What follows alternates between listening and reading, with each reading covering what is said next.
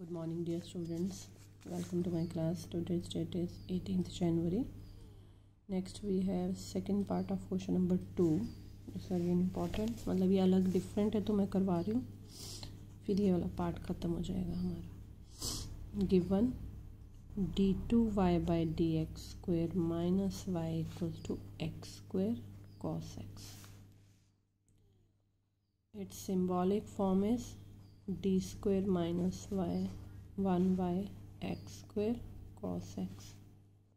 Auxiliary equation is d square minus 1 equals to 0, d square equals to 1, d equals to plus minus 1.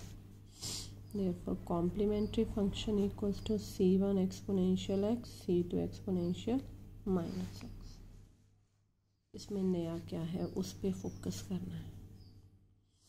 Particular integral is 1 upon d square minus 1 x square cos x. देखिए अगर x होता तो हम rule number 5 लगा देते, लेकिन x square में तो हमने नहीं किया हुआ है, इसलिए यहाँ मेथड चेंज हो गया. वो क्या चेंज हुआ? बिल्कुल डिफरेंट, कोई मेथड नहीं किया हुआ हमने. लेकिन हम क्या करेंगे, इसको लिखेंगे, क्योंकि cos x क्या है, ये देखिए एक्सपोनेंशियल आयोटा एक्स होता है cos x plus iota sin x. तो अगर मैं cos x की बात करूँ तो cos x is the real part of exponential iota x. अगर हमें एक्सपोनेंशियल मिल जाए तो हम x square exponential iota x को सॉल्व कर सकते हैं, वो हमें मेथड आता है. तो हम क्या लिखेंगे, real part of D square minus 1 exponential iota x, sorry x square cos x क्या है, रियल पार्ट. अब ये रियल पार्ट सारा साथ ही चलेगा सब जगह, एंड में आके सेपरेट हो गई. अब क्योंकि एक्सपोनेंशियल आ गया तो प्रोडक्ट में एक्सपोनेंशियल कैसे बिहेव करता है, it replaces d by d plus coefficient of x, that is iota. तो ये हुआ रियल पार्ट ऑफ, ऑपरेट हो गया तो यहाँ आ गया, बन गया d plus iota whole square minus 1 x square. अब एक्स स्क्वायर पे हमारा बाइनोमियल लग जाएगा, लेकिन पहले हम सॉल्व कर लें, ये कहीं छूट ना जाए. इसको ओपन करें, d square plus iota square plus 2d iota minus 1 x square. हो गया real part of exponential iota x, D square iota square is minus 1, तो ये गया 2d iota minus 2 x. Binomial लगाने के लिए हमें डिनोमिनेटर को कौन सा बनाना होता है, 1 प्लस एक्स. तो उसके लिए लिखा मैंने real part of, minus 2 common लिए यहाँ से, तो ये माइनस 2 यहाँ आ गया, अंदर क्या आ गया 1 minus D square plus 2d iota over 2. देखना माइनस साइन इधर आएगा ना. और नेक्स्ट उस पे रियल पार्ट ऑफ माइनस 2, ये ऊपर चला गया,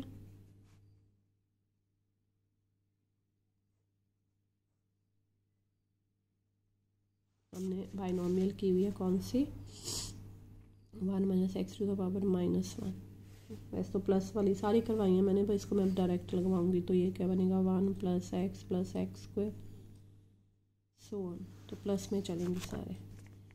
ये हो गया real part of exponential iota x over minus 2, 1 plus x, x कौन है,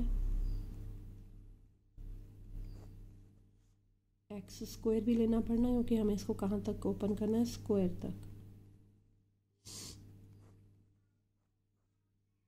उसके बाद नहीं लिखेंगे, मैंने समझाने लिखा था. लिख सकते हो डॉट डॉट, लिख सकते हो नेग्लेक्टिंग हायर ऑर्डर टर्म्स, सब कुछ लिख सकते हो समझाने के लिए.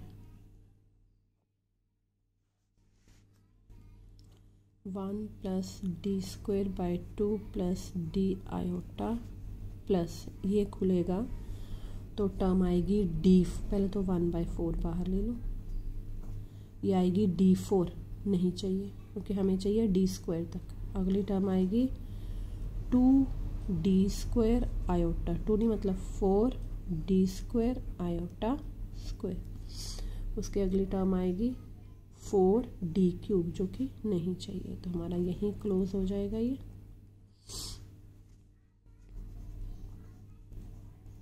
अब बाइनोमियल वाले अच्छे से प्रैक्टिस नहीं करते।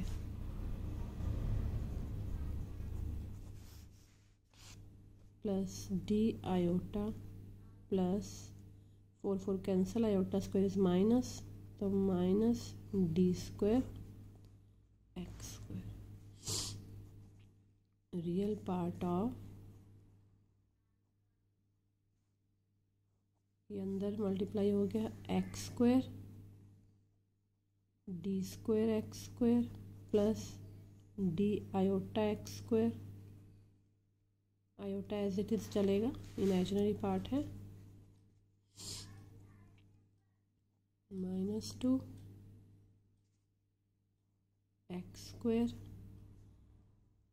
ये देखिए d², एक d बना 2x, दूसरा d बना 2, 2 2 गोज मतलब 1 बन गया। ये d 2x आयोटा, ये d² 2। Real part of x² -1 plus 2x iota. अब देखिए ये सेपरेट हो गया, ये हमारा प्योरली रियल पार्ट, ये प्योरली इमेजिनरी पार्ट। तो रियल पार्ट वर्ड हटा के हम क्या करेंगे, -1/2 बाहर रखेंगे, एक्सपोनेंशियल आयोटा x को। अच्छा एक बार रियल पार्ट लिख लेते हैं। रियल पार्ट किसका, cos x plus iota sin x का।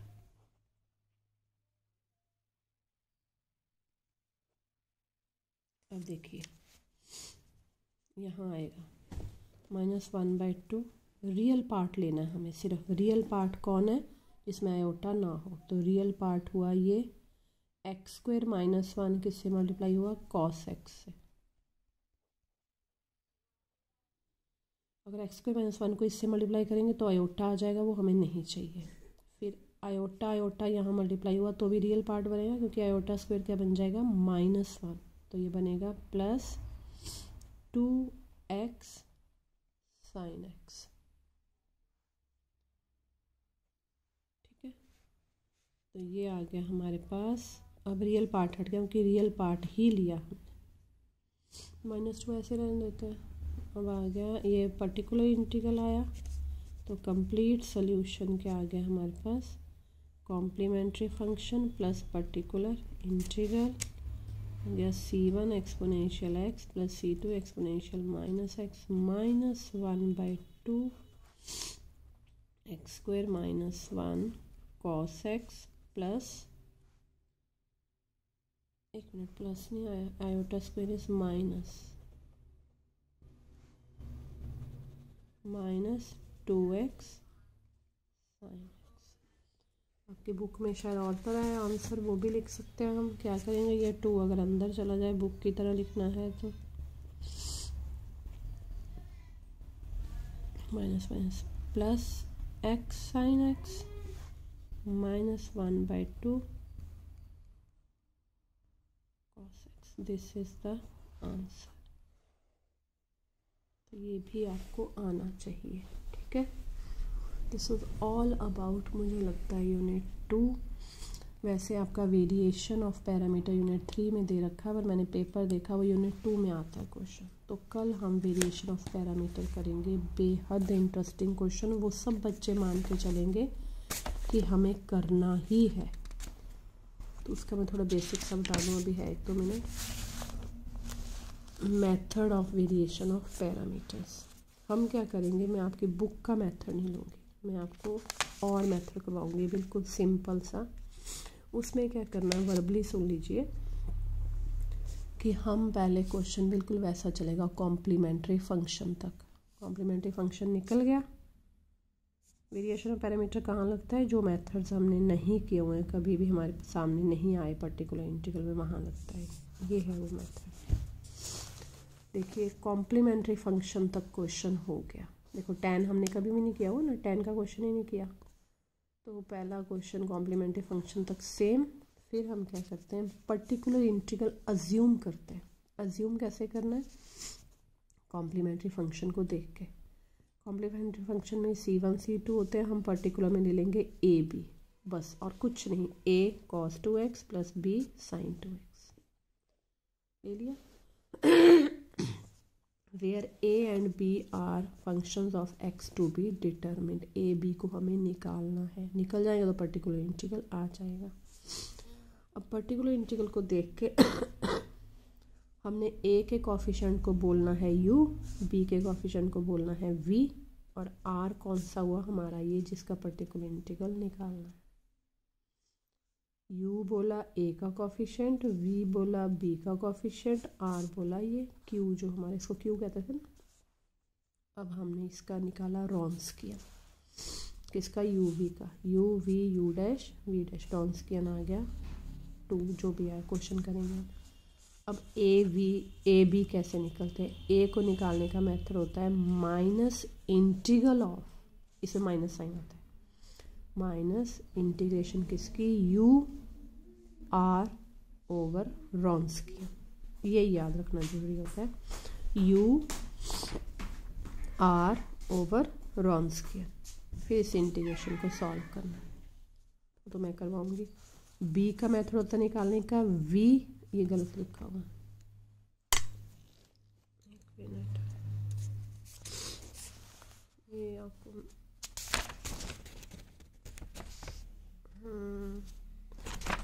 यहाँ गलत है, ये U नहीं होता, ये V होता है। A निकालने के लिए V होता है और B निकालने के लिए U होता है, लेकिन विद पॉजिटिव साइन। A में नेगेटिव साइन होता है, B में पॉजिटिव साइन होता है, फिर ये U R ओवर रॉन्स्कियन। ध्यान रहे ये इंटीग्रेशन जो हमने लिखनी है तो विदाउट कांस्टेंट होता है, no arbitrary constant being added, क्योंकि कांस्टेंट की वैल्यू निकाल रहा है। ए बी की वैल्यूज आ जाएंगी, वो हमने पर्टिकुलर इंटीग्रल में, हमारा ये पर्टिकुलर इंटीग्रल है, सपोज कि इसमें डाल दी, हमारा पर्टिकुलर इंटीग्रल आ गया। कंप्लीट सोल्यूशन क्या आया, complementary function plus particular integral. मैं ये सब बच्चों को बोलूँगी कि ये क्वेश्चन मत छोड़ना, ये कई बार सीधा ही 13 नंबर में आ जाता है, या ये 6.5 नंबर या 7 नंबर कहीं नहीं गया। और ये बहुत इजी, बस एक बार मेथड माइंड में बिठा लो। क्या है method, first of all you have to find complementary function, then write particular integral in view of complementary function by replacing C1 and C2 and by AB. Now give the names to the coefficients of A and B. U is coefficient of A, V is coefficient of B, and R is whose particular integral is to be determined, means Q. Then find Wronskian. After that A is equals to minus integral of VR over Wronskian, B is equals to integral of UR Wronskian. After that integrate it, putting the values of A and B will get required result. That's all. Thank you very much. Have a nice day.